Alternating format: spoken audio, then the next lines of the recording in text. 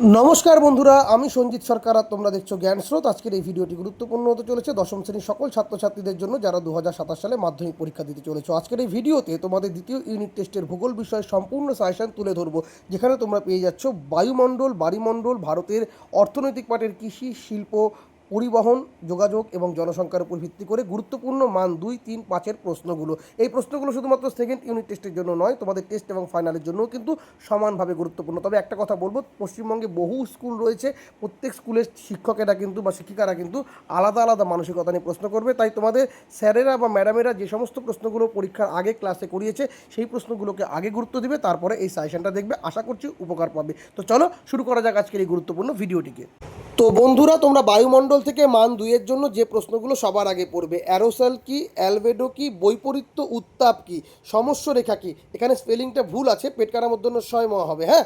তারপরে green house প্রভাব কি, ইনসুলেশন কি, ফেরেলের সূত্র কি ও বাইশ ভ্যালের সূত্র কি, অশ্ব অক্ষাংশ কি, চিনুক ও ফন কি, অ্যানাবেটিক বায়ু ও জিওট্রফিক বায়ু কি, কোরিওলিস বল কি, ডোলড্রাম বা আইটিসি জেট কি, আপেক্ষিক আর্দ্রতা ও চরম আর্দ্রতা কি, ঘনীভবন কি ও জলচক্র কি, অধক্ষেপণ কি, বৃষ্টিচ্ছায় অঞ্চল কি, শিলাবৃষ্টি কি, ট্রপোপজ কি, ভ্যান অ্যালেন বিকিরণ বলয় কি, মেরুজ্যোতি কি, সমতাপ অঞ্চল কি, জলীয় বাষ্পের গুরুত্ব কি, উষ্ণতা হ্রাসের গড় কি, মেঘমুক্ত রাত্রি অপেক্ষা মেঘাচ্ছন্ন রাত্রি গরম কেন।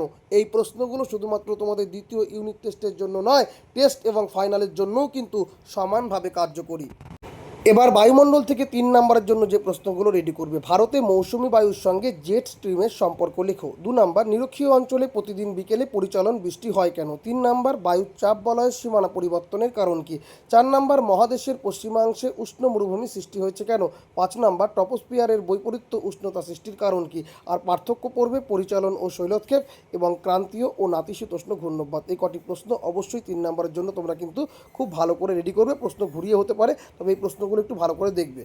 5 নম্বরের জন্য বায়ুমণ্ডল থেকে তোমরা প্রথমেই পড়বে বিভিন্ন প্রকার জলবায়ুর বৈশিষ্ট্য, বিশেষ করে নিরক্ষীয় জলবায়ু, ভূমধ্যসাগরীয় জলবায়ু এবং মৌসুমী জলবায়ু। পরবর্তী প্রশ্ন, পৃথিবীর বায়ুচাপ বলয় ও নিয়ত বায়ু প্রবাহের সম্পর্ক লেখো। 3 নম্বর প্রশ্ন, উষ্ণতার তারতম্যের ভিত্তিতে বায়ুমণ্ডলের স্তর বিন্যাস করে বর্ণনা করে। যে কোনো দুটি বলতে পারে, ট্রপোস্ফিয়ার, স্ট্র্যাটোস্ফিয়ার, বুঝতে পেরেছো। 4 নম্বর, পৃথিবীর বায়ুমণ্ডলের উষ্ণতার তারতম্যের 3টি কারণসমূহ আলোচনা করো। 5 নম্বর, পৃথিবীর বায়ুচাপ বলয়গুলির বিবরণ দাও। এই যে বায়ুমণ্ডল থেকে 2, 3, 5-এর প্রশ্নগুলো দিলাম, এটা কিন্তু শুধু ইউনিট টেস্ট ভেবে তোমরা পড়ো না, মাধ্যমিক এবং টেস্টের জন্যও কিন্তু সমানভাবে গুরুত্বপূর্ণ। তাই এখন থেকে এই প্রশ্নগুলোকে ভালো করে রেডি রাখো। এবার তোমরা বায়ুমণ্ডল থেকে মান 2-এর জন্য যে প্রশ্নগুলো পড়বে, শৈবাল সাগর কি, মগ্নচড়া কি, হিমপাচির কি, বান্ডাকা কি, সিজিগি কি, মগ্নচড়া কি, জাওর কি। খুব ভালো করে পড়বে। 3 নম্বরের জন্য তোমরা কিন্তু বায়ুমণ্ডল থেকে প্রথমেই সংজ্ঞা সহ পার্থক্য পড়বে। প্রত্যেকটার কিন্তু সংজ্ঞা পড়বে, তারপরে পার্থক্যগুলো কিন্তু দেখে রাখবে। কেমন, ভরা কোটাল ও মরা কোটাল, মুখ্য জোয়ার ও গৌণ জোয়ার, উষ্ণ স্রোত ও শীতল স্রোত, সমুদ্র তরঙ্গ ও সমুদ্র স্রোত, অ্যাপোজি ও পেরিজি। সংজ্ঞা সহ পার্থক্য পড়বে কিন্তু খুব ভালো করে, হ্যাঁ। আর 2 নম্বর পড়বে নিউ ফাউন্ডল্যান্ডের উপকূলে ঘন কুয়াশা ও ঝড়ঝঞ্ঝা সৃষ্টির কারণ কি। আর 5 নম্বরের জন্য এই প্রশ্নটাকে খুব ভালো করে রেডি রাখবে। যারা দুর্বল মানের স্টুডেন্ট রয়েছে তারা কিন্তু এই প্রশ্নটাকে খুব গুরুত্ব সহকারে পড়বে। জোয়ার ভাটা কাকে বলে, চিত্রসহ জোয়ার ভাটা সৃষ্টির কারণ, চিত্রসহ জোয়ার ভাটা সৃষ্টির কারণ খুব খুব খুব গুরুত্বপূর্ণ। এবং জোয়ার ভাটার প্রভাব বা ফলাফল লেখো বা ব্যাখ্যা করো বা আলোচনা করো। এই প্রশ্নটা বায়ুমণ্ডল থেকে কিন্তু খুব গুরুত্ব সহকারে তোমরা রেডি রাখবে। তো বায়ুমণ্ডল থেকে 2, 3, 5-এর প্রশ্ন কিন্তু দিয়ে দেওয়া হয়ে গেল। এগুলো শুধু ইউনিট টেস্টের জন্য নয়, কিন্তু টেস্ট এবং ফাইনালের জন্য কিন্তু সমানভাবে কার্যকরী। এবার তোমরা অর্থনৈতিক পাঠ, ভারতের কৃষি থেকে মান 2-এর জন্য যে প্রশ্নগুলো পড়বে, মিলেট কি, বাগিচা ফসল কি, জায়িদ শস্য কি, শস্যাবর্তন কৃষি, জীবিকাভিত্তিক কৃষি, বাণিজ্যিক কৃষি কি, অর্থকারী ফসল কি, কৃষিকার্য কাকে বলে। খুব গুরুত্ব সহকারে পড়বে। এবার 3 নম্বরের জন্য যে প্রশ্নগুলো রেডি করবে, প্রথমেই কিন্তু পড়বে পাঞ্জাব ও হরিয়ানায় কৃষি সমৃদ্ধির কারণ বা উন্নতির কারণ কি, 2025 সালে এসেছিল। খুব গুরুত্বপূর্ণ প্রশ্ন। 2 নম্বর, ভারতের কৃষি সমস্যা সমাধানের উপায়গুলি লেখো। এবং 3 নম্বর, অবশ্যই সংজ্ঞাসহ পার্থক্য পড়বে খারিফ শস্য ও রবি শস্য। এবার তোমরা পড়বে কিন্তু সবচেয়ে গুরুত্বপূর্ণ 5 নম্বরের প্রশ্ন। যারা দুর্বল মানের ছাত্ররা রয়েছে তারা কিন্তু মাধ্যমিকের জন্য এখন থেকে এই প্রশ্নটাকে রেডি রাখো। ধান, গম এবং কার্পাস ও ইক্ষু চাষের অনুকূল ভৌগোলিক পরিবেশ বা প্রাকৃতিক পরিবেশ বা অর্থনৈতিক অবস্থা। এই পার্টটাকে যারা দুর্বল মানের ছাত্রছাত্রী রয়েছে তারা আগে থেকে রেডি করে রাখো, খুবই গুরুত্বপূর্ণ। এটা ইউনিট টেস্টের জন্য গুরুত্বপূর্ণ রয়েছে, টেস্ট এবং ফাইনালের জন্য গুরুত্বপূর্ণ রয়েছে। 2026-এ চা চলে এসেছে, তো এবার 2027-এ কিন্তু তোমাদের জন্য এই পার্টটা খুবই গুরুত্বপূর্ণ। এখান থেকে কিন্তু প্রশ্ন আসবেই আসবে, খুব গুরুত্ব সহকারে দেখবে এটা। এবার তোমরা দেখবে ভারতের শিল্প, এখানে শুধু ভারতের শিল্প নয়, ভারতের শিল্প, ভারতের জনসংখ্যা, ভারতের পরিবহন ও যোগাযোগ সবকটা মিলিয়ে কিন্তু প্রশ্ন রয়েছে মান 2-এর। হ্যাঁ, প্রথমেই তোমরা পড়বে সোনালী চতুর্ভুজ ও হীরক চতুর্ভুজ কী, তারপরে তোমরা দেখবে পূর্ব করিডর ও পশ্চিম করিডর এবং উত্তর করিডর ও দক্ষিণ করিডর কী, খুব ভালো করে দেখবে। 3 নম্বর আদমশুমারি কী, 4 নম্বর ধারণযোগ্য উন্নয়ন কী, 5 নম্বর অনুসারী শিল্প, ইঞ্জিনিয়ারিং শিল্প, তথ্য প্রযুক্তি শিল্প, অটোমোবাইল শিল্প ও শিকড় আলগা শিল্প কী, খুব ভালো করে দেখবে। তারপরে সেল কী, তারপরে দেখবে পণ্যসূচক কী, এরপরে বিশুদ্ধ কাঁচামাল কী, পুনর্রপ্তানি বন্দর ও পরিপূরক বন্দর কী, পশ্চাৎভূমি কী, মহানগর কী, জনবিস্ফোরণ কী, অবিশুদ্ধ কাঁচামাল থেকে উৎপন্ন দ্রব্য পরিবহনের জন্য কোন পরিবহন মাধ্যম সর্বাপেক্ষা কম ব্যয় সাপেক্ষ ও কেন, এই পার্টগুলো কিন্তু অবশ্যই তোমরা ভারতের শিল্প, তারপরে তোমাদের ভারতের জনসংখ্যা এবং ভারতের পরিবহন ও যোগাযোগ থেকে দেখবে। আর এরপরে 3 এবং 5 নম্বরের প্রশ্নগুলো আমি তোমাদের দেখাচ্ছি। এবার তোমরা ভারতের শিল্প, ভারতের জনসংখ্যা এবং পরিবহন যোগাযোগ থেকে মান 3-এর জন্য যে প্রশ্নগুলো রেডি রাখবে।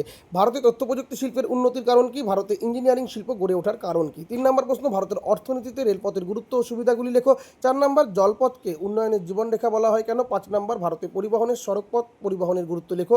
7 নম্বর, নগরায়ন কি, নগরায়নের সমস্যাগুলি লেখো। 8 নম্বর, নগর কি, শহর বা নগর গড়ে ওঠার কারণ লেখো। 9 নম্বর, জনসংখ্যা বৃদ্ধির সমস্যা বা অসুবিধাগুলি লেখো। 10 নম্বর, শিল্পের অবস্থানের উপর কাঁচামালের প্রভাব উল্লেখ করো। খুব গুরুত্ব সহকারে পড়বে কিন্তু, এটা কিন্তু শুধু ইউনিট টেস্ট নয়, টেস্ট এবং ফাইনালের জন্য কিন্তু সমানভাবে গুরুত্বপূর্ণ। তবে একটা কথা মাথায় রাখবে, ইউনিট টেস্টের জন্য তোমাদের স্কুলে তোমাদের স্যারেরা, ম্যাডামেরা বা তোমাদের গৃহশিক্ষকেরা যে প্রশ্নগুলো সবার আগে প্রাধান্য দিয়েছে, সেই প্রশ্নগুলো পড়ার পরেই কিন্তু তোমরা সাজেশনকে ফলো করবে, কেমন। এবার তোমরা 5 নাম্বারের জন্য যে প্রশ্নটা পড়বে, এটাও কিন্তু দুর্বল মনে যারা ছাত্রছাত্রীরা রয়েছে, যারা বেশি প্রশ্ন পড়তে ভয় পাও, তারা কিন্তু এই প্রশ্নগুলো যেটা বললাম গুরুত্ব দিলাম, সেই পার্টগুলো কিন্তু একটু গুরুত্ব সহকারে পড়বে। দেখো, প্রথমেই যেটা পড়বে তোমরা, পশ্চিম ভারতে পেট্রোরসায়ন শিল্প এবং ভারতের পশ্চিমাঞ্চলে কার্পাস শিল্প গড়ে ওঠার প্রাকৃতিক ও অর্থনৈতিক কারণ। খুবই গুরুত্বপূর্ণ প্রশ্ন, খুবই গুরুত্বপূর্ণ প্রশ্ন, খুব ভালো করে রিডিও করো। যে 3টা প্রশ্ন আমি পরপর বললাম, এই 3টা প্রশ্নকে তোমরা অবশ্যই ভালো করে পড়ো। জোয়ার ভাটা, তারপর তোমাদের হচ্ছে চা, তারপরে ধান, ইক্ষু, কার্পাস, গম। চা তো চলে এসেছে, ধান, ইক্ষু, কার্পাস, গম চাষের অনুকূল ভৌগোলিক পরিবেশ, খুব গুরুত্ব সহকারে পড়ো। আর পশ্চিম ভারতের পেট্রোরসায়ন শিল্প এবং ভারতের পশ্চিমাঞ্চলে কার্পাস শিল্প গড়ে ওঠার প্রাকৃতিক অর্থনৈতিক কারণ, খুব গুরুত্ব সহকারে দেখো। আর অবশ্যই আরেকটা প্রশ্ন দেখবে, পরিবহন ব্যবস্থা কি, পরিবহন ব্যবস্থার গুরুত্ব লেখো। এই ছিল তোমাদের মোটামুটি সেকেন্ড ইউনিট টেস্টের জন্য সাজেশন। আর এই সাজেশনে উল্লেখিত প্রশ্নগুলো অধ্যায়ভিত্তিকভাবে কিন্তু তোমাদের টেস্ট এবং ফাইনালের জন্য সমানভাবে গুরুত্বপূর্ণ, তাই প্রশ্নগুলো অত্যন্ত গুরুত্ব সহকারে পড়ো। তবে ইউনিট টেস্টের জন্য একটা কথাই বলবো, তোমাদের স্কুলের স্যারেরা যে প্রশ্নগুলোকে পরীক্ষার মানে আগে যে তোমাদের ক্লাসগুলো হয়েছে, তাতে যে প্রশ্নগুলো বারবার আলোচনা করেছে, সেই প্রশ্নগুলোতে বেশি গুরুত্ব দিবে। তারপরে তোমরা সাজেশনটা দেখো। তো সাজেশনটা কেমন লাগলো, ভালো লাগলে অবশ্যই লাইক করো, কমেন্ট করে তোমরা তোমাদের মতামত জানিও, বন্ধুদের মধ্যে শেয়ার করো। চ্যানেলে প্রথম হয়ে থাকলে অবশ্যই সাবস্ক্রাইব করে পাশে দেওয়া নোটিফিকেশন বেল আইকনটি ক্লিক করে দিও পরবর্তী আপডেট পাওয়ার জন্য। আর তোমরা যদি ভিডিওর কিছু অংশ ফেসবুক বা ইনস্টাগ্রাম প্ল্যাটফর্মে দেখে থাকো, অবশ্যই পেজটিকে ফলো করে দিও। সকলে খুব ভালো থেকো এবং খুব ভালো করে প্রস্তুতি নাও, এবং পরীক্ষার জন্য তোমাদের রইল বেস্ট অফ লাক।